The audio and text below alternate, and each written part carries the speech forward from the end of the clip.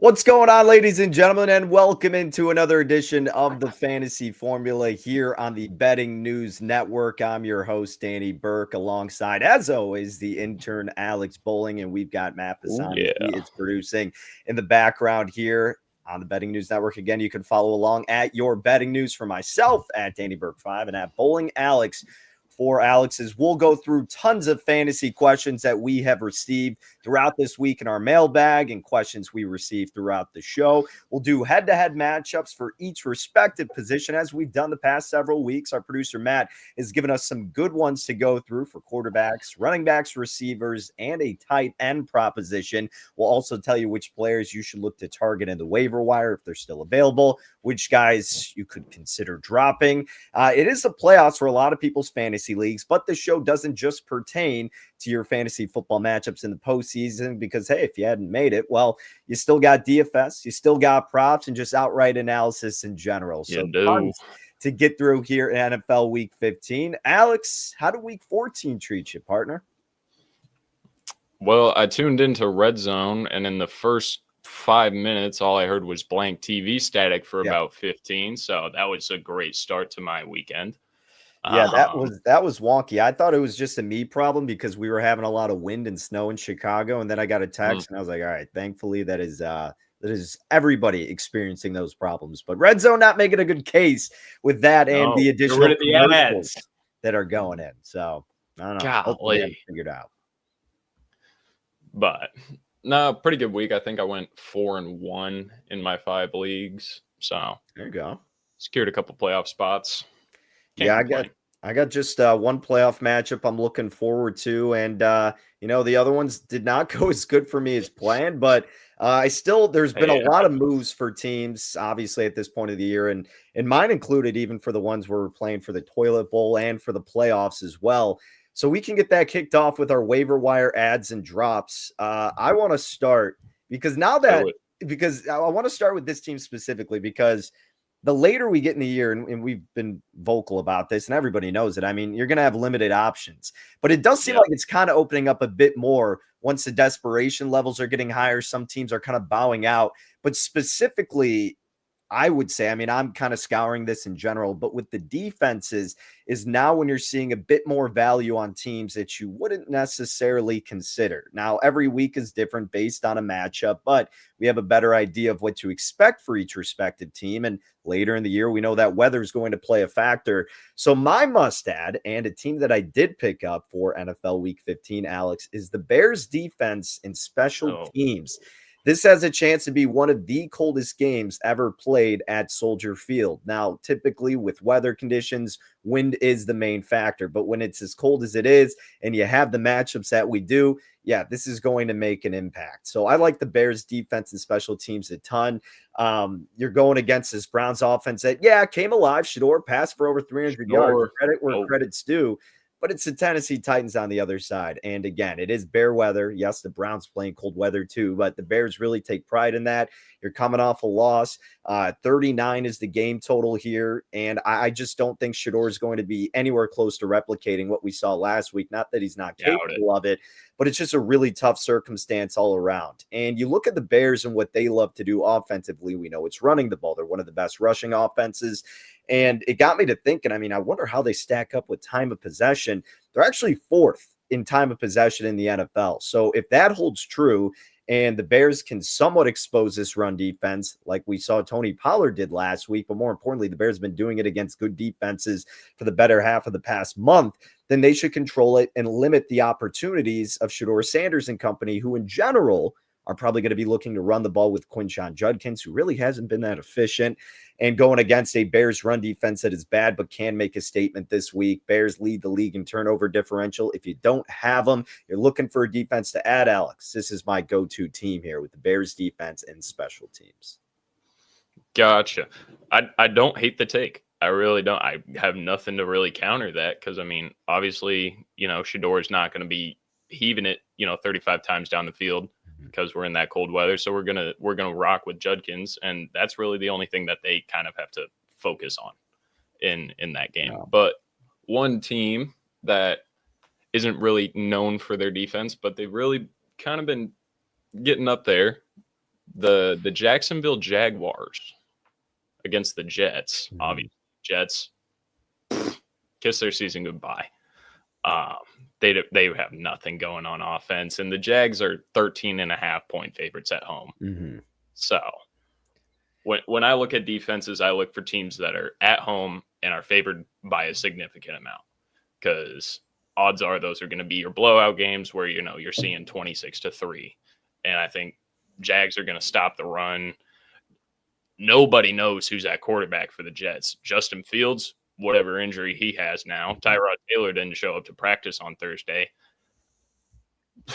Where did the Jets go on offense from here? And especially against a great Jags run defense, there's no question to me. Yeah, hey, if you have the Jacksonville Jaguars defense available in your league, I mean, good for you, because they've been Hey, one I of the better snagged it. defenses. Yeah, I mean, you got some slackers in your league then, Alex. Good for you. That I is a know. great pickup. This has been one of the best run defenses in the NFL. I know there's been some issues with the squad in the first half of the season. They're slowly coming alive, but yeah, if somehow they're available, or even if you have them, yeah, Jacksonville, a Yeah, great Austin, opportunity here. bang. Yeah, and Adrian Martinez, I saw our boy. Well, that was before The your time, GOAT. but you're a Nebraska fella, so I saw that they signed him as well. And yeah, I mean, again, Jacksonville, great spot here. Even if it was How Tyrod old do you Taylor, think I am? even if I it, watched Martinez, man. I'm not that young. well, I mean, it was before you went to the school, so Yeah, you're only like but 19 years old. So that was like 10 years ago at this I've been point. But thugging out as a Cornhusker fan for years. all right, yeah, I don't know if that's something you say proudly at this point. Thugging out as a Yes, Cornhusker it fan. is. See, that's the issue with Nebraska in a nutshell. Hey, Is the shout out fans are men's still basketball. delusional, thinking that it's thugging out being a fan when we haven't had a successful season and I don't know how long. And this is why the team stays in purgatory, Alex, from people like you. All right, enough ranting about the Huskers, though. Yes, Jacksonville, great pickup this week. If you got them, absolutely smoke them. If you got them, Jacksonville's going to have a great look. Even if it was Tyrod Taylor playing quarterback, still a really good look against a brutal New York Jets team. Let's move on to a quarterback that I like, and not really anything outlandish here, pretty obvious, but the obvious selection would be Marcus Mariota. For a lot of leagues, I do see him still available. He's going up against the Giants, Alex. 27th are the Giants in fantasy points per game given up to quarterbacks at over 23 per contest. They're terrible in drop back EPA and success rate. They're a terrible defense overall. And we talked about this last week. I mean, Mariota metrically has been a better quarterback than Jaden Daniels. Last week, the Vikings were my best bet of the week. I didn't think Washington would have any success. When Daniels went out, before that, he was struggling. Then he went out. Mariota didn't do much better. Then he got a little bit banged up. But you have a really great opportunity for him to get back into a rhythm like we witnessed a couple weeks ago. And I actually think that you can make a very strong case for starting him, not just picking him up, but starting him over many quarterbacks in NFL Week 15. Yeah, in one of my leagues, I had Jaden Daniels, and that didn't really play out to fruition last week. And this week, Mariota was on waivers, so I picked him up. Are you starting him in that league? Of course. There we go. I have a lot of trouble at quarterback in that league. Another quarterback you could pick up, Tyler Shuck. Mm-hmm. He's been good. If you haven't picked him up already, I don't know what you're doing in your league, but he's only seen bad defenses, which is why his numbers look so good. But going forward, all he's going to continue to see is bad defenses going up against Carolina, the Jets, the Titans, and Atlanta. It seems like a recipe for success, if you ask me. But what I really wanted to look at here was Pat Bryant and Mike Gesicki. Okay. Pat Bryant overtook Troy Franklin in the receiving room, ran more routes last game. Mm-hmm. Kind of a shock to me, because I thought, Bo Nix and Troy Franklin were on the same page here, like both being from Oregon, both now on the Broncos. I thought that was going to be, just A1. But the Broncos, as much as I love them, don't have an elite passing offense. And sorry, go ahead. Is Pat Bryant playing this week? He did not play in practice on Wednesday. However, I think he should be a good stash. Like, I'm not going to start him, but as a stash, I love him. He was getting attention. Yeah, he was. But Mike Gesicki is where I'm looking here. T. Higgins, another concussion. When T. Higgins or Jamar Chase is out, Mike Gesicki is basically a slot wide receiver. And though they did sign Noah Fant, and Noah Fant had a pretty decent game, I can't lie. Mike Gesicki is just going to move almost as a wide receiver. And when you're not having to block all that much, that opens up his receiving room, and I think he can take a big step up. But Yeah, it wouldn't like surprise me if T. Higgins was just placed on IR. See you next season. Let's wrap it up. Yeah, look, unless you got some of the top tight ends, it's a very disposable position in fantasy. And Gesicki, to assume he's going to replicate what he did last week, probably not, but still could definitely be a viable option in your tight end spot if you are desperate for one. And for the reason tight you ends are stated, interesting this week. yeah, with T. Higgins, we don't know with his status up in the air right now. And even if he is going, I don't hate the play in general. So I think that's a pretty damn good look with Gesicki. You can hopefully see him gritting in the end zone if you got him starting on your team. The last player that I got here, Alex, and I saw he was rostered across 33% ESPN leagues, so could be available in a decent amount of your guys' leagues. Devin Singletary here, going against Washington, a defense that has been awful. Again, took the Vikings last week. The scary part is that Tracy was a full participant in practice, so what are they going to do with the two? That remains to be seen, but someone worth stashing, as you call it, I think absolutely. It's a little dicey to actually play him, but going forward for a deeper playoff run could be a good flex option. The Commanders 27th in fantasy points per game allowed to running backs, over 21 given up per game. He's coming off a performance where he got over 65 rushing yards on 12 carries and a score. So he was given 5.7 yards a clip against New England, a defense that has had the benefit of playing against easier offenses. But Washington's defense is much worse than New England. So if he's getting a bulk of the carries, he should absolutely have a good performance here. And again, it's not a spot where you need to play him, but if you're desperate or you want to wait a little bit down the line, I think Singletary would be the next best flex option.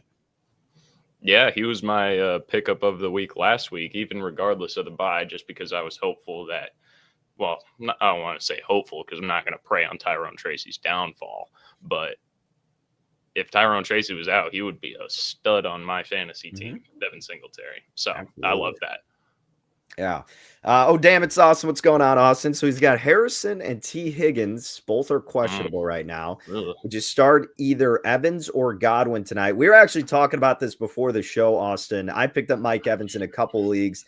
I had him starting originally until the news came out that he's not going to be playing on every single snap. I think it was only the important ones or crucial ones, the big plays, whatever they were calling it. So basically, he's going to be limited. So I assume it's going to be in red zone snaps or third down plays. Yes, that's where Mike Evans makes his cake, is near the red zone, but you really need him to score one to make him have any impact tonight. And I just don't know if I'm confident enough to rely on that. So I would lean slightly to Godwin. Marvin Harrison scares me too. I've got him on a handful of teams, and they're going up against the Texans. So I might have to play him. Do I want to? No, but Godwin might be your safest bet. Do you have a different feel on that, Alex? I'm looking at T. Higgins and Marvin Harrison. No update on T. Higgins today, but Marvin Harrison did not practice today. So that leads me to believe that he's not going to play in the game, which means that if you are in that situation where you do have to start Evans or Godwin, you might just have to throw Godwin in there because he's kind of that safety blanket. You know, he's going to get you 8 to 10 points, but I don't feel good about starting him necessarily. But it doesn't look like Marvin Harrison is going to be playing. So, yeah, Godwin last week against the Saints, 5 catches, 8 targets, 55 yards. Week prior against Arizona, targeted 5 times, 3 catches, 78 yards. So he's doing, like you said, like 8 to 10. If you're in a tough situation like this, that's about all you can ask for realistically. You just hope it's not a complete dud. And I think you can get that with Chris Godwin. Ideally, you'd have more of an inclination if T. Higgins was going to play or not, but unfortunately, we don't. So it just might have to be Chris Godwin tonight. Again, we'll talk about that game a little bit later, but yeah, kind of a stinker between the Bucs and Falcons. At least in my estimation, I think it's going to be a stinker. We'll talk about that plenty here on the network. We got BETSPRESSO coming up. We've got Any Given Wager. We've got tons of football talk to go through.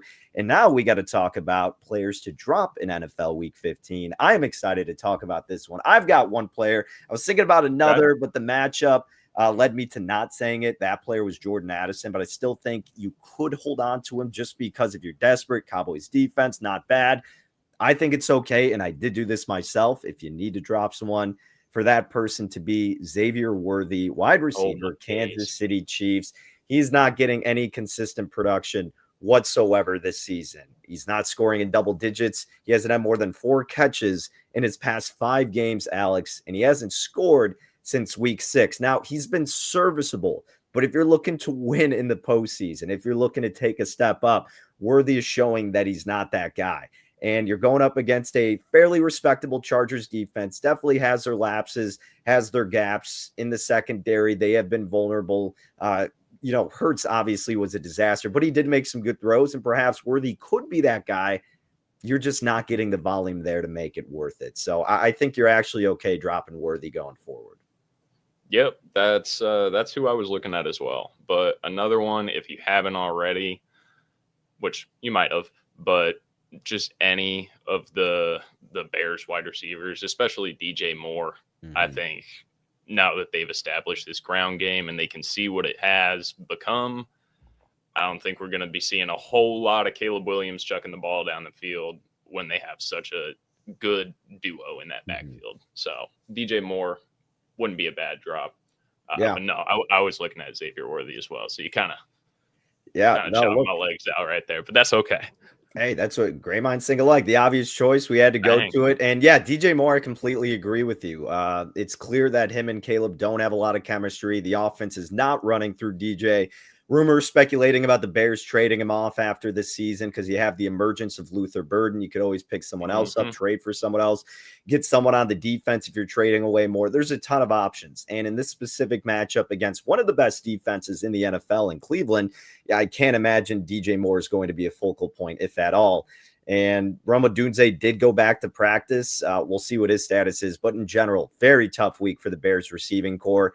I would rather play Luther Burden as opposed to DJ Moore, as crazy as that seems, but that's because you can use Luther Burden in a lot of different sets, and that's what Ben Johnson has done, and that's why it was a steal getting him in the second round. I remember when I couldn't believe it. This guy was one of the best receivers in college football 2 years before he got drafted. It was still solid last year, but yeah, he's going to be the Bears' Jamison Williams. I mean, that's what Ben Johnson did with him in Detroit, and that's what he plans for Luther Burden, it appears. So I'm with you. DJ Moore, not really worth keeping him and letting him waste space. I'm completely in agreement with you on that one. Do you got anyone else, or should we move on to our position picks? No, I say let's move on to these QBs. All right. There you have it. QBs coming up next for start or sit position picks, courtesy of our producer, Matt, who does these head-to-heads. Now, we realize these players aren't going to be on your same team more often than not, but just to have fun debate, whether it's with props, DFS, anything in that realm, we like to go over it. So these are players with pretty similar projections and intriguing matchups. And we will start with the Gunslingers, and we'll talk about Dak Prescott and the Cowboys as he takes on the Minnesota Vikings, or Jackson Dart going against the Washington Commanders. I took Jackson Dart over Dak Prescott here, Alex. And honestly, I think you'll be okay either way. And I understand the safer route, maybe Dak Prescott based on the sample we've seen.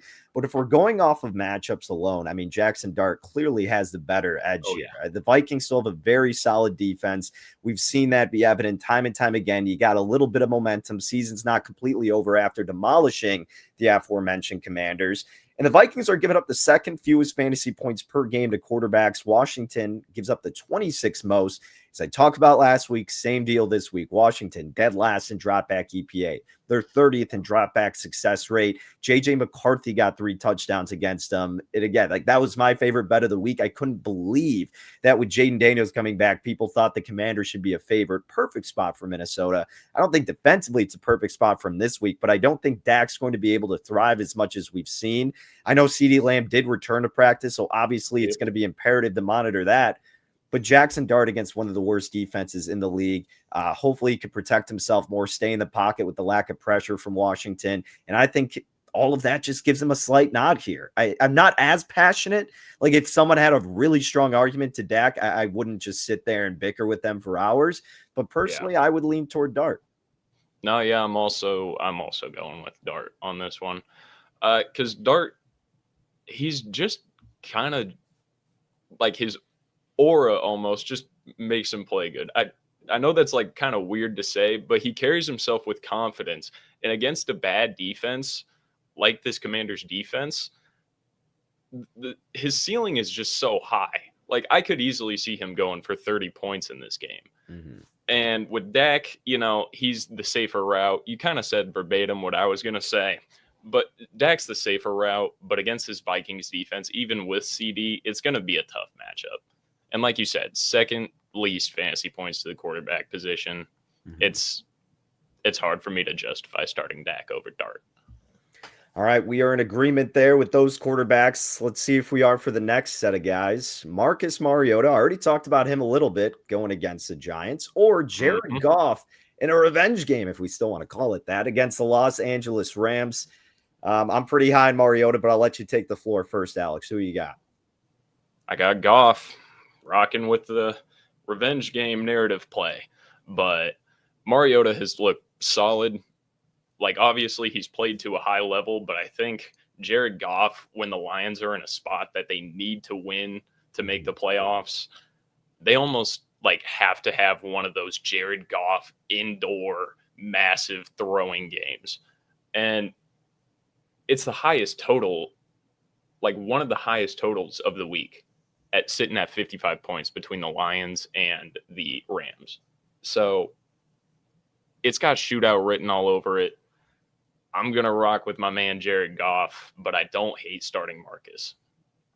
Yeah, like I said, I'm going with Mariota here, and it's just because as high as the total is, which is a great point to bring up, I don't know what to make of this Lions team since Dan Campbell took over play calling duties. Now, we have seen an uptick in Jared Goff's passes, which certainly would be good for fantasy, but I don't know if that's going to end up being good overall for the game script, because if Jared Goff gets pressure, takes a lot of sacks, turns the ball over against one of the league's best defenses, then that's going to be a stinker of a performance from him. And then the Rams could easily do a majority of the scoring.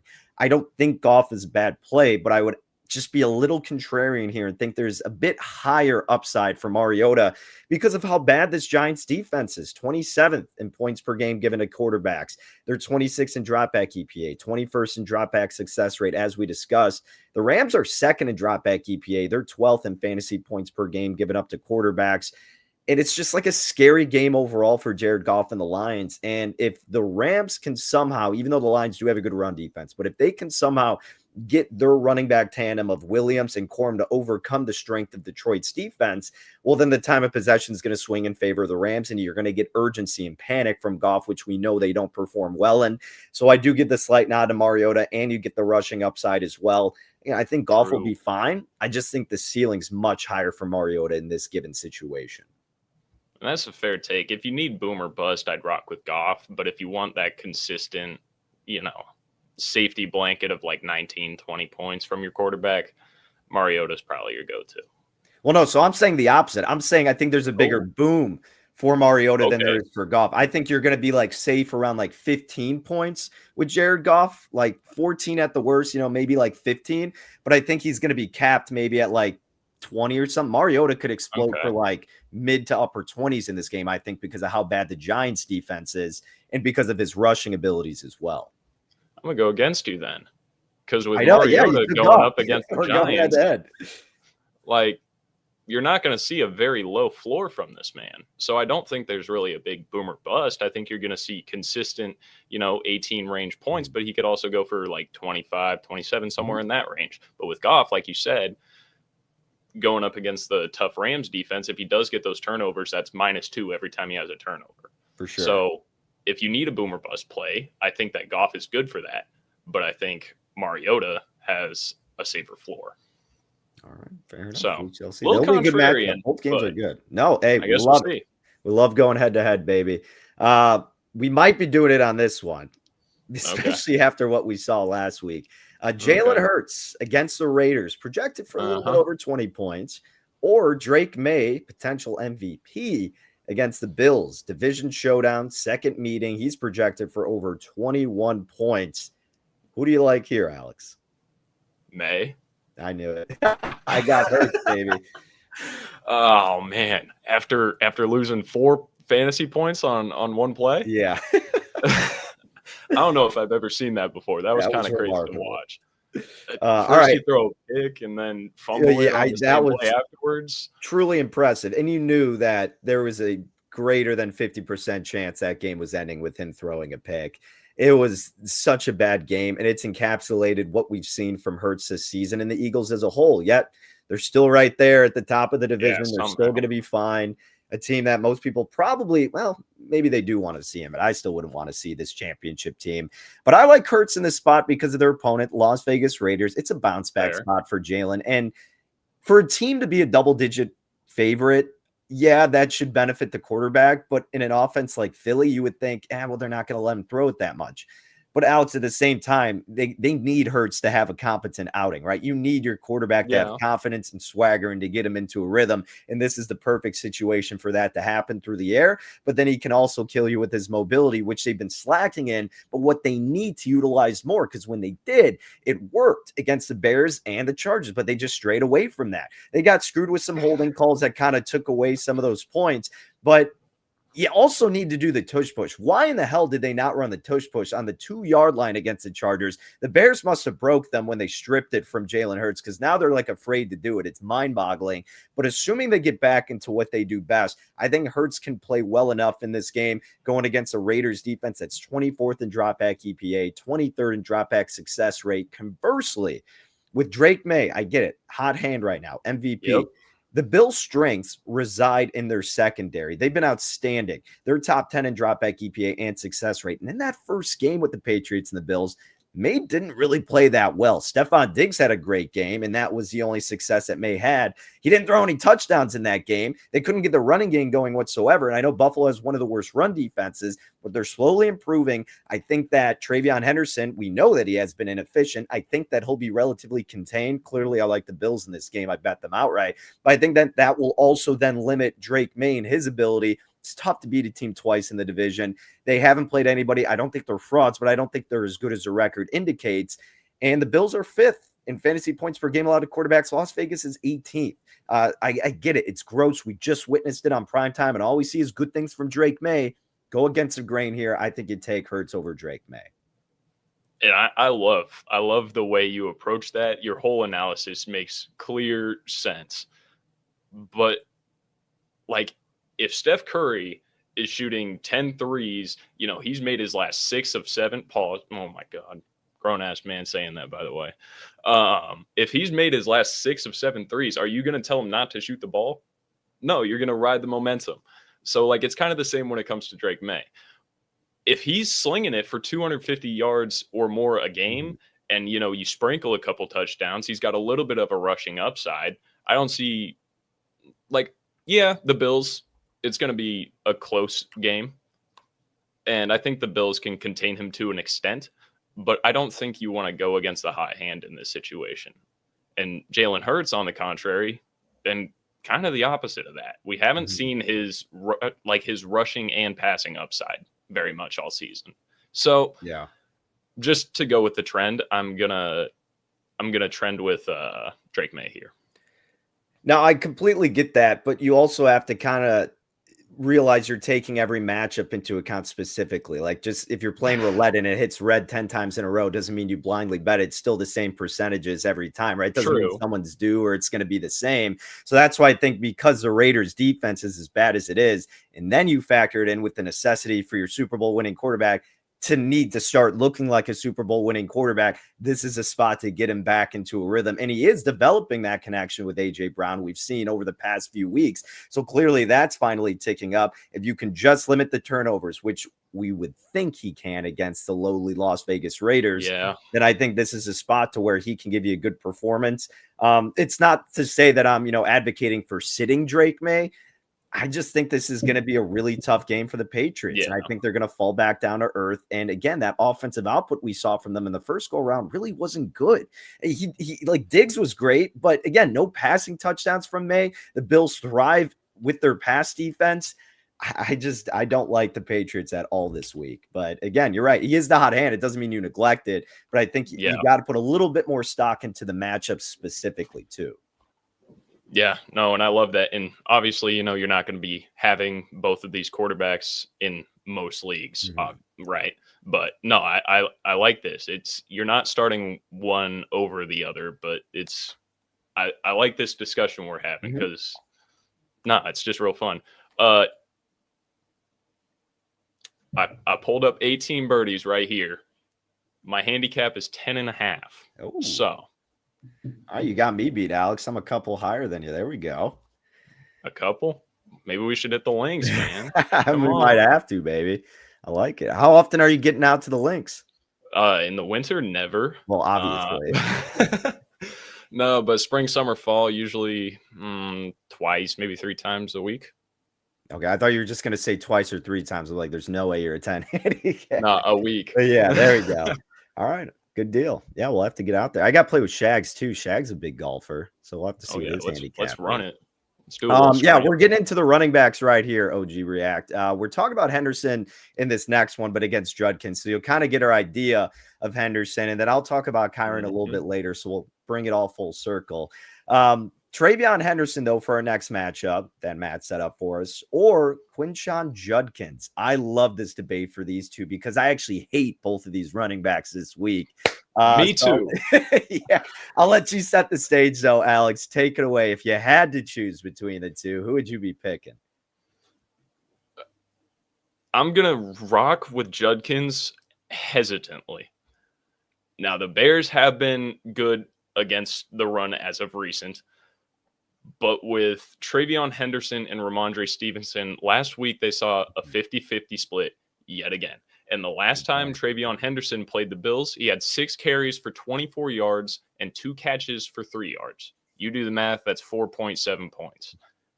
Judkins, I'm gonna lean him just because the split backfield in New England scares me a little. Yeah. And if Ramondre gets the hot hand and they're gonna rock with him more than Henderson, you're gonna be upset that you didn't start Judkins in the situation. Like you're gonna be like, damn, I should have knew that. I feel the same way, but I went opposite. Although it's not a hill I'm willing to die on. Like you said, it's Exactly. like hesitantly Exactly. picking for me would be Henderson.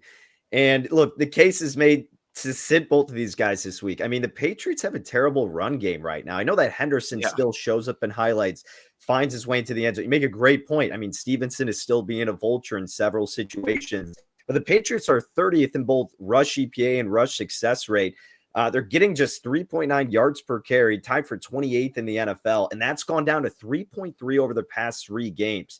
And Henderson, at his own right, has been really inefficient. Again, he had a great game against the Jets. I've been waiting for him to explode, but you just haven't seen that consistency. The run game in general is not that great, and he's a rookie too, so he'll evolve over time. But I don't necessarily think he's as high as a lot of people picture him being. And yes, the Bills are bad defensively against the run. We talked about. I mean, they're 31st in rush EPA, giving up Yeah. 5.1 yards per carry. But over their last 3 games, that number's dipped to 3.6. So, but just if you go outside it, I think that's still what gives Henderson a slight nod because the Bills have Yeah. been a That's terrible run, fair. and so have the Bears. And you do have Henderson's receiving capabilities as well. And then the reason why I did pick him over Judkins, though, and look, the Bears' run defense has not really improved, although the Bills have. So I'm kind of They've countering shown myself. flashes. Yeah, but then the thing is, like, Judkins is averaging just 3 yards per carry over his past 8 games. Against Tennessee, he got 1.9 yards per attempt, 14 carries for 26 Disgusting. yards. I mean, that's inexcusable. And I think you look at this Bears team, as flawed as they are with their run defense, it's a cold game. You're going up against Shador Sanders, who you know realistically isn't going to beat your secondary that's improving and leading the league in turnover differential. The Bears should be adequately prepared for the opposing run offense, and I'm sure he'll get a couple breaks here and there. It's going to be a lot of running, but I think it's going to be a lot of stuffs as well. So a slight lean to Henderson because I think there's going to be more points there too, more red zone opportunities. But yeah, this one's disgusting both ways. Yeah. I'm with you. Yeah. No, I don't hate it.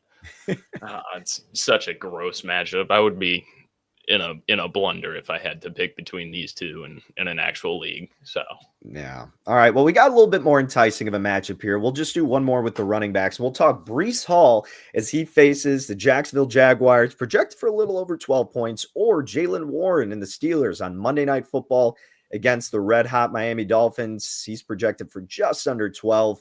I'm going with Jaylen Warren in this spot, and I understand the frustrations between him and Kenneth Gainwell, but at the end of the day, Miami still is a defense that is very, very bottom tier in many categories. And I know that everybody's getting all, hot and heavy about them because they beat some crap teams. Impressive win against the Bills. Awesome. It's a division game, not the craziest thing we've seen.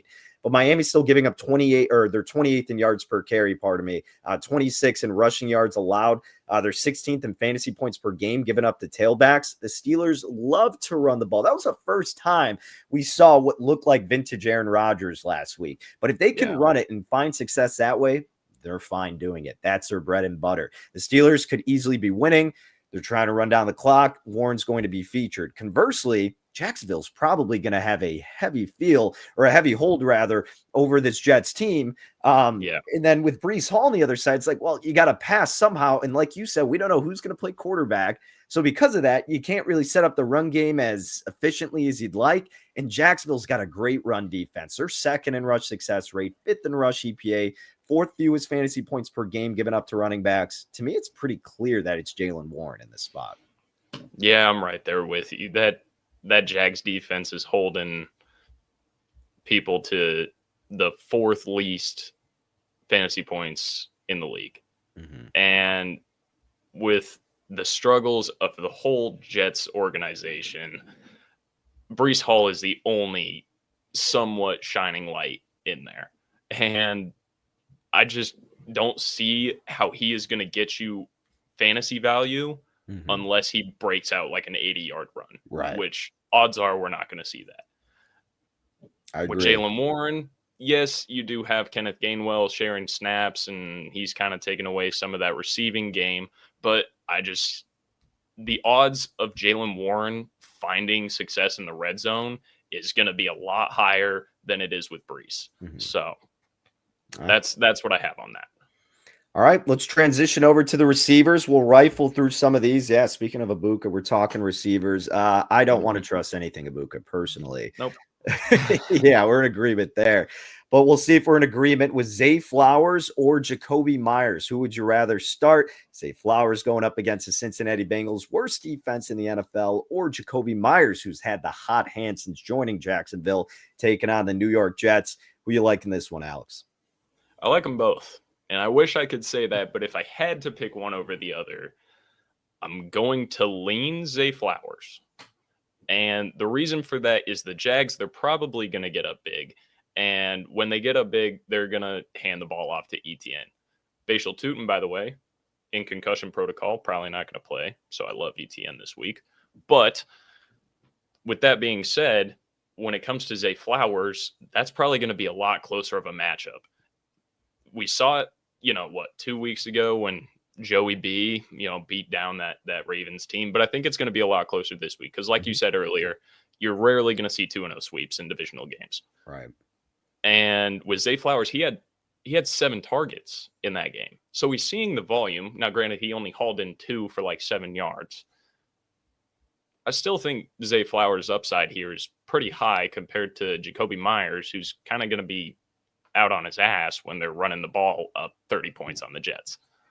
Yeah, I have the same thought process with you in this game, and I think a majority of the public would actually differ from us just because you talk about hot hand. I mean, Jacoby Myers has absolutely been that, so I completely understand that discourse, but the ceiling is much, much higher for Zay Flowers in this game, and he is a very volatile receiver. I understand why that would frighten some people, but I actually think Lamar is a really good performance as well. Again, the Bengals, terrible defense. They're dead last in dropback success rate, second to last in dropback EPA. in that first game, look, I took the Bengals with the points. I'm happy with the result. But if you look at the games or at the box score, pardon me, the Ravens arguably played better offensively. They had 5 freaking turnovers. That's an aberration. It's not going to happen again. Can't do And, that. yeah, Lamar Jackson still threw for 246 yards. Like you mentioned, Flowers just targeted 6-7 times, whatever it was, right around there. But he only caught in 2 of them for about 6 yards. I see the look on your face. We're not doing it. But I think Flowers does have a good game this time around. And I like what you said, too, about the chances that, Etienne has a good game on the ground. So I'm with you with Zay Flowers. Slight lean to him. Terrifying if you do have to choose between those two. Yeah. That's where I would go as well. All right. With our next one, I will try to avoid any current meme going out there right now. And we'll talk Deebo Samuel and Chris Godwin. We talked about Chris Godwin a little bit when we were talking about Austin's question, but he's going up against the Falcons tonight, Thursday Night Football, projected for right about 10 points, or Deebo Samuel will have Mariota thrown to him against the Giants. I'm going with Deebo. I'm high on Mariota this week, which means I think Deebo has a good look. Mike Evans returning, even though he's not going to play every snap, he's going to play the meaningful downs. That could obviously take away touchdowns from Godwin. So that scares me along with the other weapons that's available on Tampa Bay. And look, the defense for the Giants is still plenty worse than the Falcons, who are playing with a little bit of pride on that side of the ball. I know they're getting exposed, but they can show up from time to time. And on a short week prime time, definitely could be the case. The under is getting bet. I think it's going to be a sloppy offensive fest between the Commanders and Giants. So I like Deebo. Yeah, and those divisional games, you're not going to see crazy scoring. It's odds are it's going to be a close game with a massive defensive scheme going on the whole game.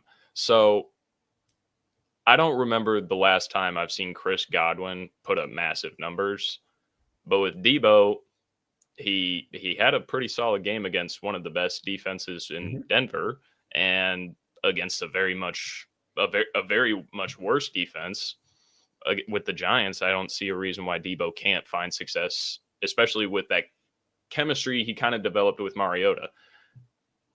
Now, Chris Godwin, he's going to be your safety blanket. He's going to get you 8 points. But with Deebo, even though Terry McLaurin is on the field, you're still going to have that chance where he just goes off for like 15, 16 points. And to me, the odds of that happening are way much better than, having just a safety blanket that's going to give me 8 points. So I'm rocking with Deebo here. All right, last one, and then we'll see if we have time for the tight end, but we'll rifle through this one. Chris Olave going against the Panthers, or Michael Wilson going against the best defense in the NFL, the Houston Texans. I like to call Michael Wilson the best receiver in the NFL when Marvin Harrison Jr. isn't playing, but that's the big stipulation here. And you were talking about it earlier. It looks like he wasn't at practice, so perhaps Marvin Harrison is going to be out again. And look, if he's out, I don't know how you sit Wilson, but given this specific matchup, because it's against the Texans and Olave has the Panthers, I'm picking Chris Olave. I understand it's otherworldly numbers here with Michael Wilson, but the Panthers are still a very overrated defense to me. They're 23rd in dropback EPA, 15th in dropback success rate. Outside of last week, Olave's been doing really well. 2 scores in his past 4 games. And I get it. Wilson, again, is just playing out of his freaking mind, but they may fall back down to earth against the Houston Texans. Well, we saw what they did against a pretty damn good Rams defense. I mean, you had 36 some points? If Marvin Harrison Jr. is out, I have to ride with my guy, Michael Wilson. Fair. And with Olave, J.C. Horn in that Panthers secondary is coming back, probably going to be shadowing him a bunch. So the signs are pointing to Michael Wilson for me. But I don't hate starting Olave, especially since that Panthers defense is as gross as it looks, and that Texans defense is just phenomenal. So I'm going to lean Michael Wilson. Okay. That's fair. I mean, look, again, the dude's been on a sensational run. I have no counter to that. Because of the defensive matchups, I would slightly lean Olave, but again, not a hill worth dying on for me. All right, we got about 15 minutes left, Alex. So let's skip the tight end for today, and let's go into our favorite flex plays, favorite sleepers, top start of the week, top sit of the week. Let's start with your favorite flex play. Who do you like in that position for NFL Week 15? Chase Brown. I love that man. He hasn't seen less than 15 points since week 8. You want to talk about consistent, that you're getting it right there. And he's not seen as like a RB1 that you're going to start up there with Bijan, but in a flex spot, I love this for him because last time he played the Ravens 2 weeks ago, he had 7 catches for 35 yards along with 78 on the ground. The only reason he didn't see more than 20 is because he didn't score a touchdown. And when they score 32 points, odds are that he's going to see one go in this Sunday. So for me, it's Chase Brown. Okay. Sky's the limit for him. To me, I have him as like my RB2 right now. So I didn't even consider him flex, but I like him as a play in general. So no issues there. I'm still riding with my guy who I picked up a few weeks ago for my favorite flex play, Devin freaking Neal. The guy has been treating me very nicely. Alvin Kamara is still not practicing. Last week, Neal had 70 rushing yards on 19 carries. 1 score. The week prior, 47 rush yards on 14 carries, 3 catches, 22 yards. Panthers are giving up the 10th most fantasy points to opposing tailbacks, and they really struggle defending tailbacks in the passing game. So I think Neal will see a bigger uptick. I thought he was going to have a good game in the passing aspect last week. Had 1 big catch. That was it. Carolina, they're also 25th in defensive rush EPA. Neal's been a great player, and I think he's a perfect flex spot. Don't hesitate on him if you have him. This is still a good week for him. Throw him in those lineups. I love it. All right. Why don't you rifle here your best start, best sit of the week, and then sleeper of the week. And then we'll get to the mailbag with all the questions we've gotten from everybody, whether it's during the show, before. So don't worry. And if you have questions, feel free to put them in the comments and we'll make sure to hit them. But out of those categories, rifle through them, my friend. What you like, Alex? Okay. I've touched on my start and sit earlier today, but my start is going to be Travis Etienne because the Jags I have him as my RB5. The last time I can remember saying that is like 2020. So it's such a good matchup for him. The Jags are going to be up big, and that's going to force them to run the ball. And Travis Etienne is just the guy to do it, especially with Bajal Tutin being in concussion protocol. Odds are he's not going to see the field, so you don't have to worry about him taking goal line work. All signs point to Travis Etienne here. Right. I dig it. Sit of the week, Troy Franklin. Tough Packers defense. I try to go for people who, aren't as high, but Troy Franklin, his receiving line is 2.5 catches and 27.5 yards. And against a tough Green Bay defense and Pat Bryant taking him over in routes run, his stock is just dipping so much, which makes me upset as a Broncos fan, but Does this answer change if Pat Bryant is not playing?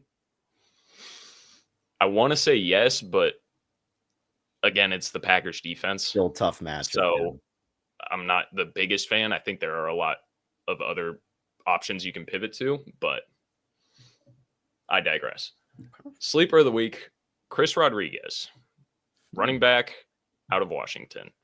Again, this Giants defense is awful and allows a bunch of points to almost every position on the offense. And I see a world where he ends up scoring, getting 15 plus carries, and in a game script where they could be leading most of the game, they're going to, they have to get the ground game involved. It's not just going to be Mariota throwing it, Mariota running it. We're going to see a lot of Chris Rodriguez. So with that being said, I don't see a reason that he wouldn't be my sleeper of the week, Yeah, I unfortunately did not have Rodriguez available in most leagues unless I missed him, but completely agree with that. He's primed for a fantastic showing against one of the worst run defenses and defenses as a whole in the New York Giants. So definitely agree with you there. All right, I'll rifle through mine. Best start of the week. Now, again, it's not really a sleeper here, but it's someone who's kind of been slacking, but slowly getting better. And that's Saquon Barkley. I took his rushing yards over last week against the Chargers. He had a huge run, got through that, like 122 yards on the ground. Yeah, and then the week before that as well, you saw an improvement against the Bears, 4.3 yards per carry. Now, he only had 56 rushing yards, but they strayed away from him. He only had 13 carries in that game. Now, you're going up against Las Vegas. And I know on this show I've been kind of vocal about relatively supporting the Raiders' run defense because they have been limiting opposing tailbacks to less than 4 yards per carry. but where they do have concerns is in the red zone. They're 30th in rushing touchdowns allowed per game at 1.4. That number's risen to 2 over the past 3 games. So if they're not going to use the tush push as much as they have, if they don't want to risk fumbling it like they did against the Bears, injuring Hurts, whatever the hell it may be, this is a really good spot for Saquon Barkley. Vidal against the Raiders, 126 rushing yards and a score. Yeah. Patterson, 54 yards and a score against them. Your boy RJ Harvey, 17 carries, 75 rushing yards and a touchdown. Saquon should have an outstanding performance on Sunday against the Raiders. Sit of the week. I considered Quinshon Judkins, but we already talked about him, so I didn't end up using him. I do have 2, but my main one kind of goes to OG React's question earlier. I think Kyren Williams is actually a candidate for sit of the week, and this is someone who owns Kyren Williams. Love it. Yeah, I mean, I just watch these Rams games and I just get pissed off because, first of all, 23 and 22 look so similar on these Rams jerseys that you don't know who's who when they're out there. And at the same time, Blake Corum is emerging as the better running back. Now, granted, Williams is still very efficient right now. He's getting 4.9 yards per carry on the year, but Corum's been that much better at 5.4. If they flipped, I'm sure Corum's numbers would come down, but he gets the advantage of being in that secondary back role. And when you look at their red zone snaps inside the 10-yard line, they're identical the past few weeks. Or week 11, they both have 5 attempts inside the 10-yard line. Now, in general, I'm not the highest on the Rams running backs because Detroit's strong suit defensively is defending the run, second fewest fantasy points to running backs per game.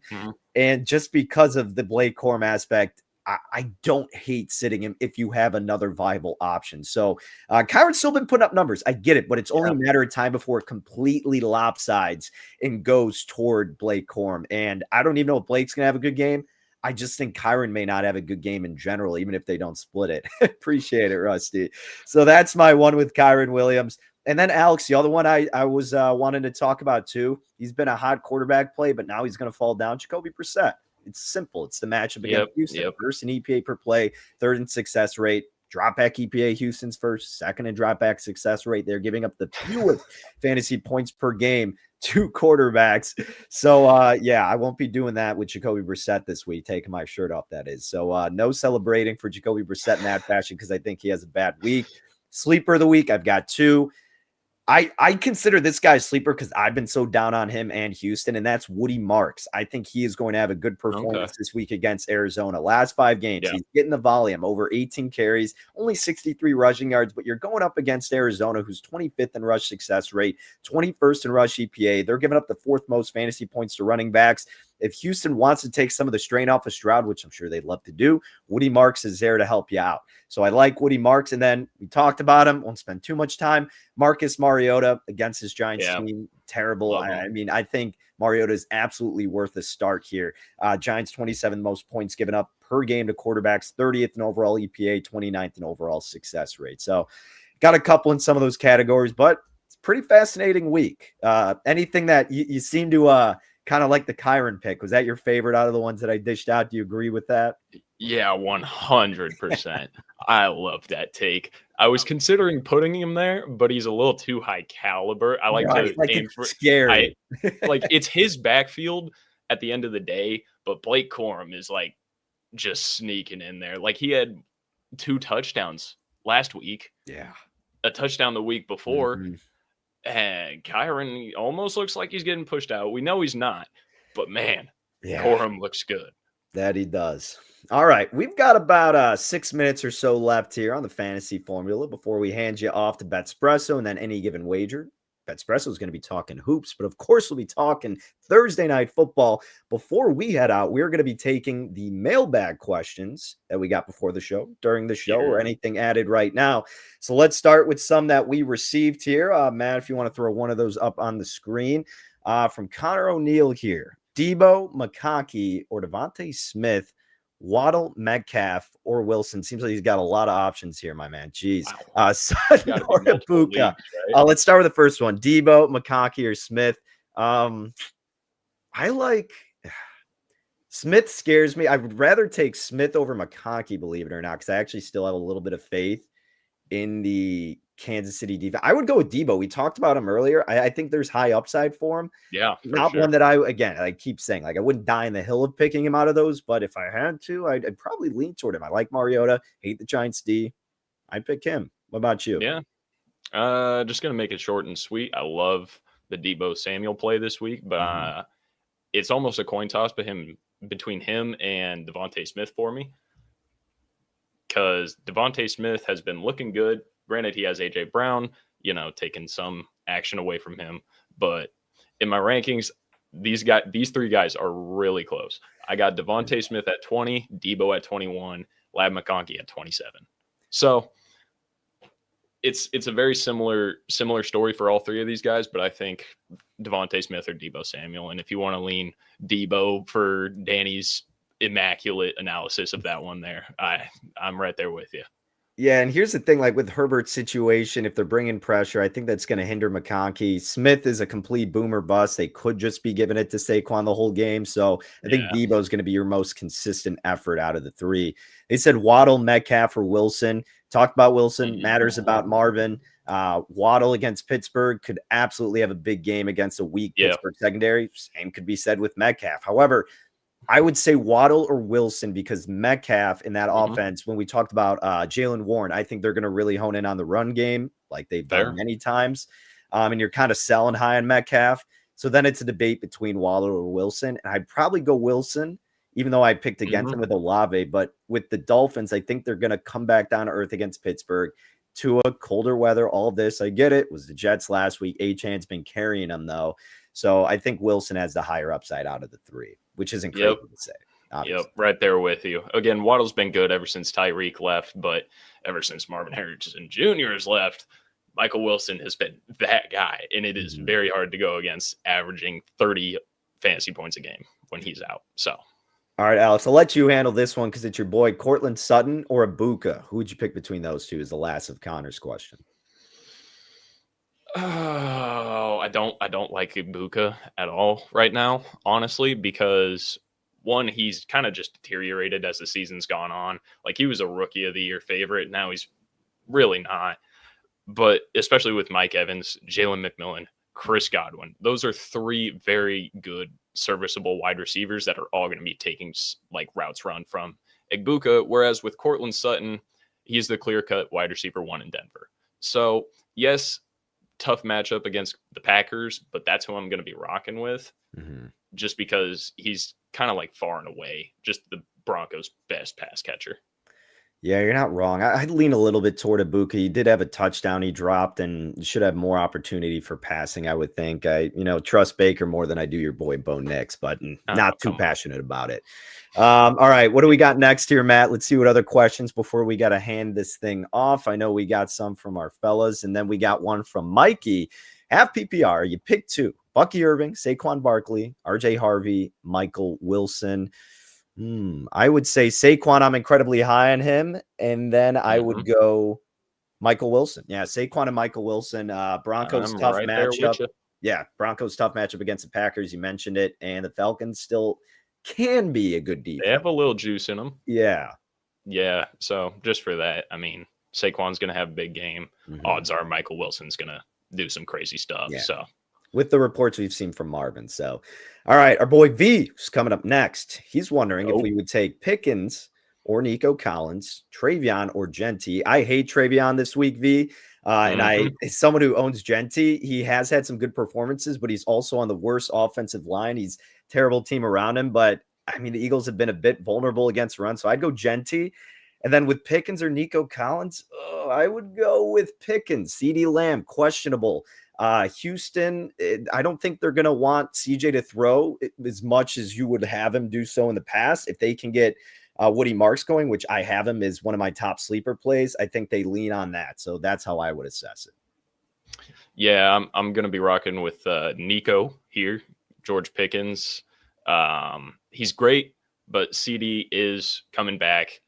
Pickens did have that kind of controversial moment with him like giving up on a route or something. So I think we will see a little bit of a downtick in how much he runs routes. And Nico Collins is just in a great spot against, let's see, who is it? The Cardinals. Yeah. Yeah, my only fear is And just if they run the ball. But, I mean, overall, yeah, it's still, very favorable matchup. yep.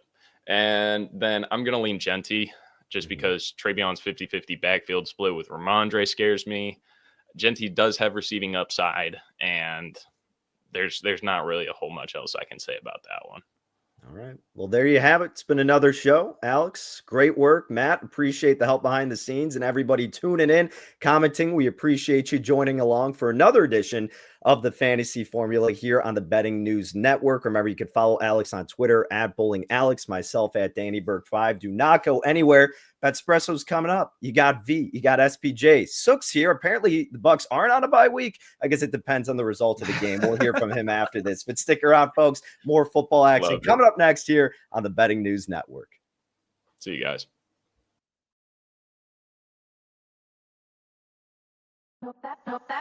Disco X on the line, just as I suspected. No one really gets over me. I'm unaffected. Why would you try to ever put me second? You're just another groupie to me. No, I'm out here single, and I need some real. Now I got standards, give a fuck how you feel. I'm out here single, tell me what's the deal. Now I got standards, give a fuck how you feel.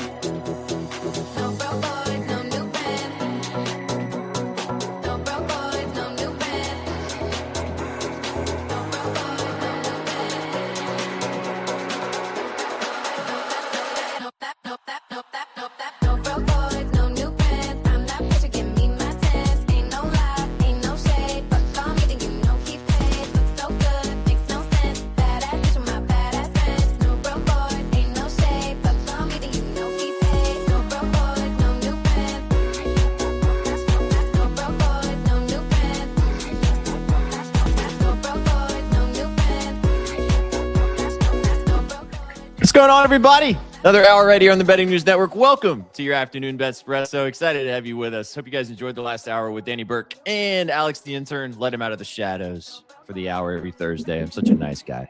No, kick-ass show with those lads over there for the Fantasy Formula. We got another hour with you guys right here on Afternoon BETSPRESSO. That is just Sook. That's V-Souse. My name's Sweatpan Jesus. Stoked to have all of you guys with us in the chat. Thanks for stopping by. We are going to talk through a little bit of everything tonight. We've got a huge Thursday night football game that we're going to talk about. We got our rhythm bet of the day. We've got Betsky, but we don't have Betsky, actually. Unfortunately, Betsky's not going to be joining us. He's going to have to I know. It's unfortunate. But we're also going to talk some hoops with the 4 games on the NBA tonight, and then we're going to cook a parlay at the end of the show. We'll have Chef T stop by, doing a giveaway today as well. We got a lot to do. We've got an hour to do it. We appreciate you guys stopping by. Brought to you by our sponsors at Bet Online and our friends at Rhythm. Lads, happy Thursday. I saw you yesterday. I can see you tomorrow, and now I get to see you today. So 3 days in a row, baby. 3 days in a row, baby. How are we living? Living fantastic, dude. We got a nice football game on the docket today. No bye week for the Bucs, so Sook's got to strap up, as Danny said. So, Sook, how you feeling today? I'm feeling stressed. Sookman is a little stressed. He's definitely a little stressed. I was labbing this game, and there's plenty of reasons to be stressed because Baker is going to see that 5-man blitz today, and I'm a little bit worried for my boy, but we'll get there. We'll talk about it. I'm stressed. There's something about like your team playing on primetime that just adds a little bit of stress when everybody is right there ready to watch and ready to flame your ass. Not just you, yes. but like exactly, flame. I always get texts like, what are these guys doing? Like, I'm fucking David Light putting the team together.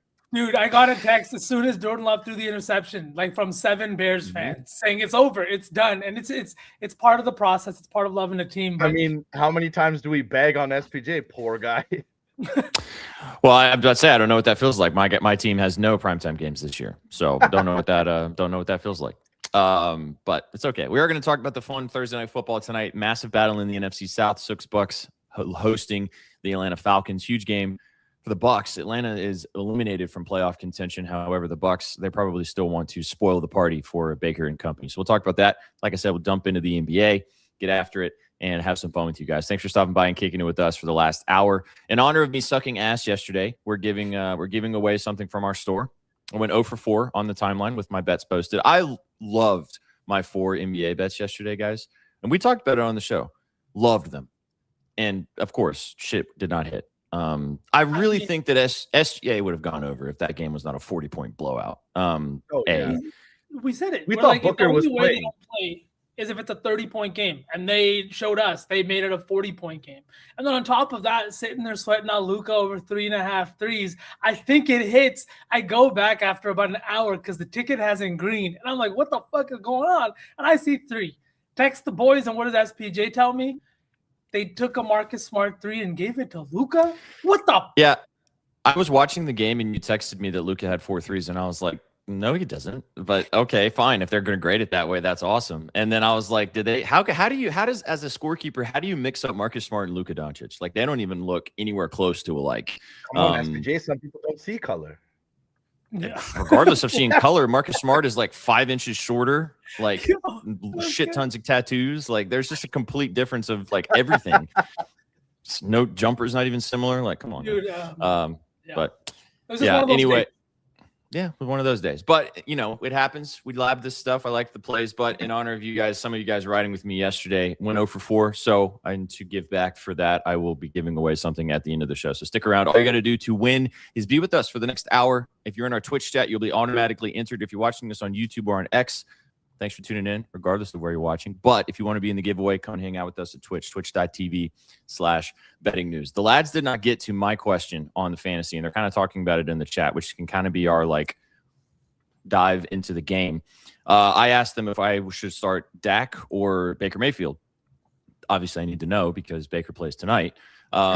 And this is what Alex just had to say. I'm taking Dak. Baker's in a slump and hasn't seen 200 yards in 4 games. Dak is less of a risk in terms of fantasy value, which I can understand. It's always also so scary to have to make a decision, especially in the playoffs for a Thursday night game, because like you got to make the choice and you either got to. So most of the time I end up riding with the guy who's playing on the weekend just so that I don't have to feel really sad about it, especially if it's not a guy you're not even thinking about. Like, if you got Matthew Stafford, you're putting him out there. If you got whatever, I can't think of another guy. It's fair to question Baker. That's your point, right? It's like it's completely fair to question this guy after 3-4 weeks of questionable play.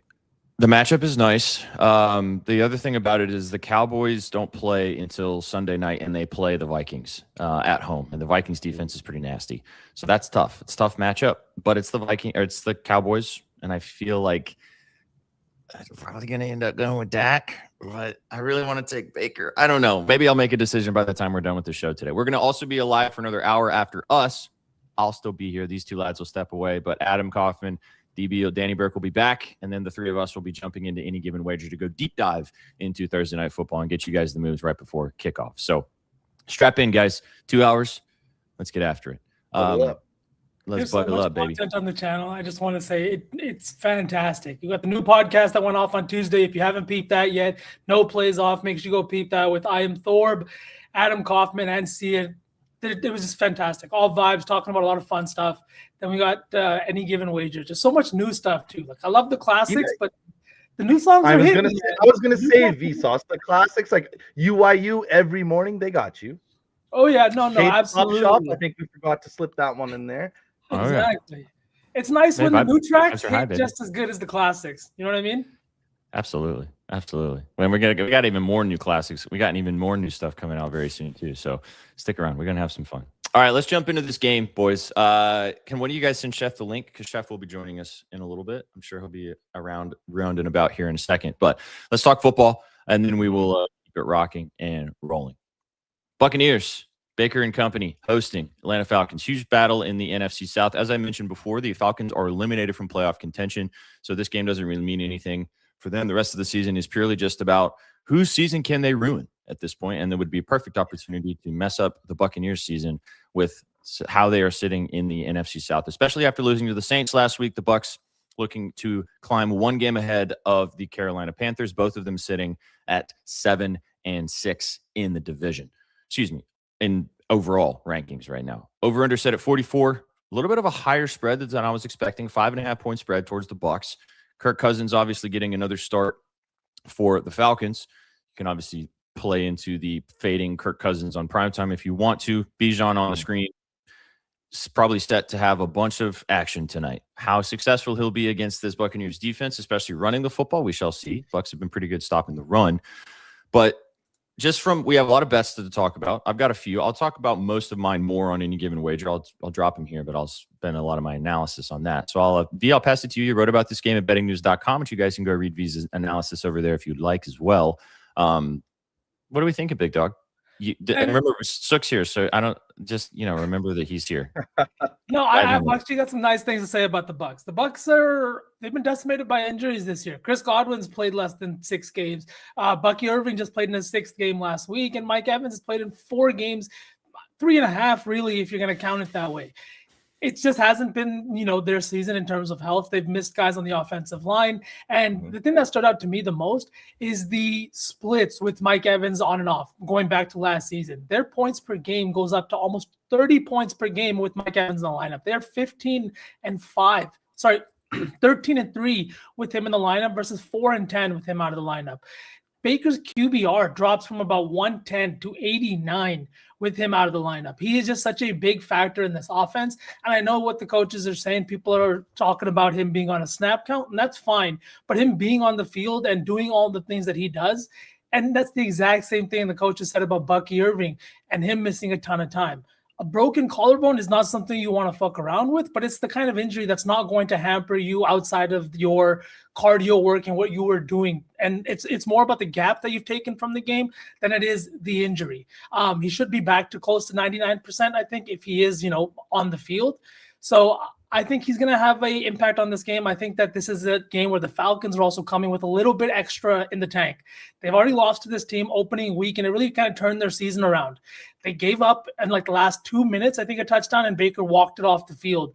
Now you have a chance to spoil their season, and the Bucs have 3 divisional games in their last 4. It's a hell of a schedule, and I'm excited to see what both sides bring out today.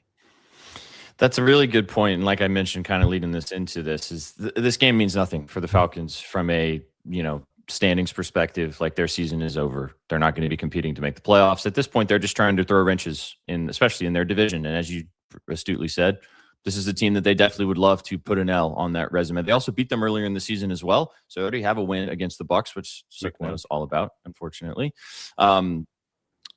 So overall, I like a lot of props in this game. I think that there's quite a few angles on the props. Week 1 SPJ. Sorry, my bad. I flipped it in my head. Come on, Bucs won by 3. They lost both matchups against the Falcons last year. Sorry. And both of those were Kirk Cousins starts. They were both Kirk Cousins starts, which we're going to talk about that in a little bit too. But back-to-back weeks with Kirk Cousins at the helm, Kyle Pitts has been really, really good. 82 and 90 receiving yards in back-to-back games with Kirk Cousins throwing the football. Heavy target share. So if you guys are a Kyle Pitts believer from the beginning, which, how can you feel good about it from the start when you draft him? It's been really good the last couple of weeks. You can feel pretty good about Pitts being out there. Someone in the chat was asking if he's going to be there I'm not seeing any issues with him. I think he's going to be good to go tonight, as in Kyle Pitts. How do you guys think about what Kirk does tonight? Because as you mentioned, Sook, he played this team twice last year. Completely different season, so completely different situations, obviously. But he has seen this team twice last year, which is something that he has not had a chance to do in a lot of other situations when he's had to step in for Michael Penix Jr. this season. Darnell Mooney went crazy in those 2 games. He had 500 passing yards in one of those games against the Bucs last year. Are you a little nervous about what Kirk could bring to the table tonight in Tampa Bay? Or are you feeling like that maybe primetime Kurt Cobain shows up tonight and we don't get a big time performance? I'm not worried about Kirk so much as I am worried about the Falcons defense. That's what concerns me. They like to bring that 5-man rush, and the big number there is that Baker has a 67 passer rating according to NFL.com when he sees 5 men coming at him. Wait, hold on now.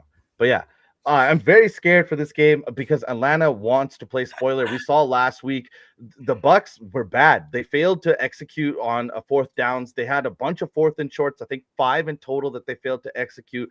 So I'm not so much worried about Kirk O'Bangs. I'm worried about the Bucs being able to execute because this offense has looked bad. And yeah, we're getting guys back, but these are guys that are north of 30 coming off pretty debilitating injuries, guys that have played a lot of years in this league, a lot of snaps. So Kirk is fine. Kirk is good.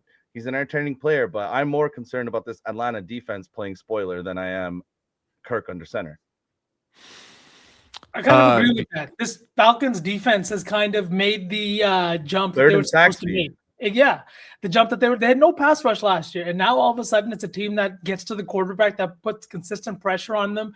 And the unfortunate thing is their offense hasn't been able to back them up. They're ranked 20th in points allowed this year, but 12th in red zone defense. The reason is because they're on the field a shit ton, and it's just because their offense can't sustain drives. And it's not just always about putting points on the board on offense. Sometimes it's about sustaining drives, controlling the clock, and winning the time of possession game, because no team that is consistently losing the time of possession battle is going to win a lot of games. Do you want to touch on this since Juan Martinez brought it up? Because I know one of your props kind of circles into this. And then, as I said, I've got a couple props. I'll save most of mine for any given wager, so stick around after we're done for another hour with us going deep dive into this game. I'll give you my favorite, which is the rhythm bet of the day, which I think you guys are going to enjoy. But Sauceman, who's getting in the end zone tonight? I've been talking about him. Mike Evans, anytime touchdown at plus 180. I know the lines are sitting low. The receiving yards line has also dropped quite a bit. It opened up at 50.5. I think after the news about him on a snap count, it's come down a little bit. But this touchdown, it just feels short. It feels like we're in a spot where Mike Evans is going to be heavily utilized in this red zone. And this is a Bucs offense that ranks 25th in red zone offense. They're like just 50% of red zone trips are resulting in a touchdown. And we've seen it over the last few weeks. That's where they are leaving points on the field consistently. Last week, there was the drop by Bucs, and that just doesn't happen when you have a guy like Mike Evans running those routes and being your go-to receiver in a spot like that. I think that Evans is, once you get close, he is a guy that is seeing a 37% first read target share. The red zone target share has been insane through the first 3 games that he played, and I think he continues. This is the guy you want on the goal line, and probably second to only Devontae Adams in terms of a threat here, close, like with the goal to go. So give me Mike Evans to get a touchdown at plus 180. I do like the yards too, and I was really interested, so to ask you about the Bucs angle. I know everyone's talking about it. Even the coach said it. We got to get him the ball early, some short passes, get his confidence up. I know everyone's buying into that narrative. I am too. I guess I haven't bet it yet. I want to know your angle. It's hard to like attach yourself to one of these narratives because there's so many coming back. Like chat's talking about J-Mac is also back today, most likely. Like Josh Grizzard is having a hard time as first year head coach OC. Like you have to implement all of these guys, and they're coming in and out of the lineup. Some of these guys are vets, some of these guys are young. It's just such a hard thing for him to manage as a first year guy. And for me, it's a hard thing for me to pick who I want to bet, because if the OC is having trouble, how am I supposed to decide how he's going to do? Like even today, I stared at Rachaad White, his receiving lines, but with or without Bucky, and it's all over the place. Mm-hmm. Yeah, I agree, especially with the emergence of Sean Tucker. He's been really fucking good too in the backfield. All these weapons, and the offense is still mediocre, SPJ. Well, they've had a lot of injuries, and chemistry is hard, especially in a new offensive system, especially when you lost out on Mike Evans for multiple weeks. Chris Godwin's still returning from a very substantial injury, so he's been getting his feet back under him. Egbuka's gone in and out of the lineup as well. He's also a rookie, so you've got that aspect of it too. And you had the Bucky Irving injuries as well. So I think that this could be a turning point for this Bucs season. We'll see how it goes tonight. I think that the spread's a little fat for a 5.5 point spread at home against this Falcons team. To me, feels like a little too many points right now. So that kind of makes me feel like that the Bucs get the job done and win this game by maybe a touchdown or more. Don't want to touch the 5.5. I hate 5.5 point spreads. I don't know what it is about 5.5 to just suss me out, but I feel like that the Bucs. Go ahead.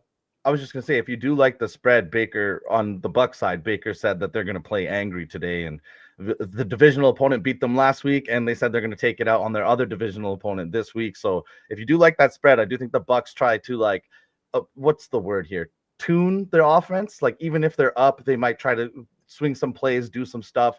Tristan Wirfs is also back this week. He was out last week with an oblique injury. So him being back on that left side is big news for them. Massive. You kind of touched on the guy who is my rhythm play of the day. Let's jump in. Get your dancing shoes on, chat. Thursday nights for dancing. Let's get it. This is the rhythm of my life. My life. Oh, yeah. I know you want to say it. This is the rhythm of the night.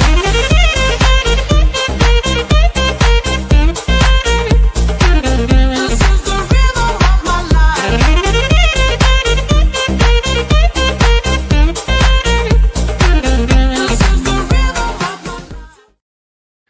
Don't be scared, Sook. Take Rachaad White with me. Over 30.5 rushing and receiving yards line from our friends at RITHMM. But newsflash chat, I love it just as much. I almost made this a 2-unit play. Almost. Ooh. Which you guys know I don't do very often. But I had to make sure that I recouped my 0-4 day yesterday, so I kept it at a solid 1. But Rachaad White, over 30.5 rushing and receiving yards is my favorite play in this game, and it's backed by the RITHMM model. So RITHMM doesn't actually have rushing and receiving yards data on their app. But what I did was I looked at the rushing yards line that they had, and I looked at the receiving yards line that they had. They're predicting for Rachaad White to have about 25 rushing yards, and they're predicting for him to have about 18 receiving yards. A little simple math, that gets you over the 30.5 line. I really like his rushing yards straight up if you want to go that direction. I know that Bucky Irving will be probably taking the lion's share of the backfield touches, especially from a rushing perspective. But if you've been watching Bucs games, which Sook has, and a lot of you guys have too, Rachaad White's been fantastic. He's hit this rushing and receiving yards line in 9 of his last 10 games. He had 53 rushing yards last week against the New Orleans Saints, a better rushing defense than what the Atlanta Falcons are. 24th in the NFL, they are in rushing yards allowed. And interestingly enough, they also allow the 19th most receiving yards to the running back position at about 31 per game. So Rashaad's usually out there for the passing situations because of his ability to catch the ball out of the backfield, but they have been running him. This line is just way too low. I don't understand why it's sitting at 30.5. I love the rushing and receiving yard angle with most running backs anyway, especially the guys that can catch the ball out of the backfield, like the guy on the other side with Bijan. We'll talk about him in a little bit, but this line just feels way too low. And as I said, our friends at RITHMM love it as well. Predicting him to go way over this line. So it's a nice ladder spot if you can ladder it. I laddered his rushing yards in a little parlay that I put out on the timeline. But as I mentioned, Rachaad White, 30.5 rushing and receiving yards from our friends at RITHMM. You guys can get involved with RITHMM and download everything that they have on the RITHMM app or the RITHMM website. You can go check it out and use our promo code VIBES25 to get 25% off your subscription. It's like paying for Netflix, chat. And at this point, Netflix is even more expensive because that shit is so expensive now. So get involved. Vibes25 to get 25% off your subscription. It's the model that you want. Maybe not the model that you want, but it's the model that you need. Go check it out. You guys like Rachaad? I know you said you were kind of dabbling on wanting to take Rachaad. Surprised this line was 30.5. Kind of feels a little baity, but I'm going to roll with it. I mean, yeah, Bucky is the flashy new toy, but he's been injured this year. And Rachaad White is no slouch. He's been here for 3 OCs, spending 4 years with the Bucs. He's a mainstay with this organization, and they're not going to just leave him out there and say, hey, you're not playing any snaps anymore, because he's very serviceable. He could catch half this in one catch. Sauceman? Thoughts? I completely agree. I saw you were going to say something. And I think that Rachaad White is a guy that he was heavily utilized in the past game, early on in the season too, before the emergence of Sean Tucker. So I don't hate it at all. It's one of those situations where, again, you can just take the rushing yards at like 18.5 if you want, but he does catch the ball out of the backfield, and I would just hate to have him catch like a 20-yard pass. I took Vidal in the same situation last week, kind of the secondary running back, and he smacked with ease. There you go, Trish. I was literally going to bring him up. I don't hate the 2 receptions. Mm-hmm. Yeah. Yep. So go get involved with our friends at RITHMM. I love it too. This was one of the first bets I locked in, and I love when I look at the play that I like, and then the model loves it too. Makes me love it even more. So go check them out. All right, let's bring Chef up here because he's with us, and I don't know how long he's going to be able to be with us. We're going to kind of jumble around the schedule today. We'll get Chef up here to get his thoughts on Thursday Night Football as well, and then we'll jump in and talk some NBA before we lose Jeffrey. But remember, chat, don't go anywhere. We've got another 30-ish minutes with you guys right here on BETSPRESSO. We are doing a giveaway today as well at the end of the show. If you're watching this on YouTube or on X, appreciate you. Come to Twitch, twitch.tv/betting news. That is how you will be entered to win in the giveaway. Chef T! So How we doing? Yeah. Goats. Hey, brother, how you doing? Good. How you guys doing? So good. Better buddy. now. Sure. You got like some flashy lights going on behind you. Is that like Christmas stuff going on, or was it just There's a Christmas tree up. Yep, it is that time of year. Let's go. Time of the season. Nice. I saw you play some Mariah Carey on the car the other day too. Wouldn't Is see that your go-to Christmas song? Oh no. Yeah, I mean Christmas. Christmas in general. Go-to. That's unfortunate.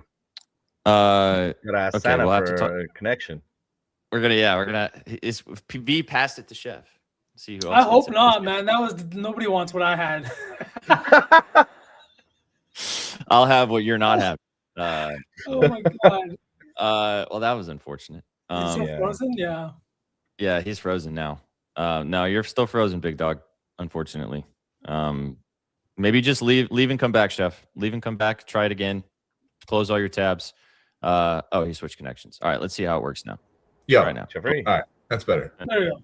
I forgot that when I'm on when I take night therapy, I'm on my hotspot, and I came home and I was still on my hotspot, so I'm back on my house stuff. You are okay.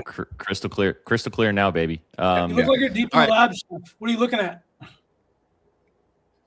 Dude, I've been doing these CBB unders, first half. I see that. Overs. Really? Yeah. It's awesome. But so if you want to tail those, I've got 6 loaded up. There's not that many games on tonight. I'm sure I missed out on Colby and Not that many games tonight, but I've got 6 loaded up and ready to go. I sounds like a typical I have basketball night. I've got this new method and it's a lot of fun. I mean, it is a sweat, right? Like it is a balls dripping, jingle bells sweat for sure. So nice. Time of the year, baby. I've got a couple of, but honestly, I think this football game is going to be a good one. I don't see. I say that every week. I say that every show. I think I don't think I've ever said. Jeff, I do too. You know, that's why we do it every time. That's what glass we say, half full, baby. Glass half full. Yeah, especially sports. Yeah. What's your favorite prop in this game? Like, do you have a particular thing that you're really eyeballing that you love a lot? Bijan's line is so fucking high. I mean, it's high for a reason, I'm sure, but like, holy fuck, 110 R&R, that's insane. So yeah, I really like Bucky. What's the status of Mike Evans? He's back. Is he fully He's back. They're saying he's not going to play all snaps. Like, I mean, no player plays all fucking snaps. They haven't said he's going to be on a certain percentage or anything like that. And it was a similar narrative when Bucky came back. Obviously, the injuries aren't the same, but I do think it's going to be like, how do you feel? Because this is an important game for them. The Panthers are playing the fucking Saints this week, and that should be a win for the Panthers. After that, the Panthers have to take the Bucs on twice and the Seahawks. So it could be a very slippery slope for them to slip out of the playoffs. But if the Bucs lose today, that gets a lot easier for the Panthers. Then it's to get the upper stressful. hand. Yeah. I was just when B mentioned Mike Evans' touchdown, his receptions line is sitting at 3.5, which to me just feels so enticing. Like he's hit that so consistently when he starts games. Usually lands around 4 to 5. He has good success against the Falcons previously too, but that 3.5 line was staring me in the face, boys, especially for Evans. I like the touchdown angle for the value V, but like the receptions felt good to me too. This feels like that Travis Kelce spot a few weeks back that Danny pitched. Do you remember that when everybody was at their lowest? I mean, everyone might be at their lowest point on Kelce now, but earlier this year when he was slumping real hard, Danny came in and he's like, dude, 3.5 for fucking Travis Kelce is a joke. Like, you know what I mean? Similar situation. The target share was sitting around 29%. And even if he's going to see that kind of first read target share for a limited amount of snaps, 4 receptions feels like, I don't want to say it. But, easy. Easy. I'm seeing 4 at plus money. Nice way to do it if you want to dabble there. You talked about Bijan. I'll bring this up. I'm going to go deeper dive into it with Adam and Danny on any given wager. But I like Bijan a lot in this game. 39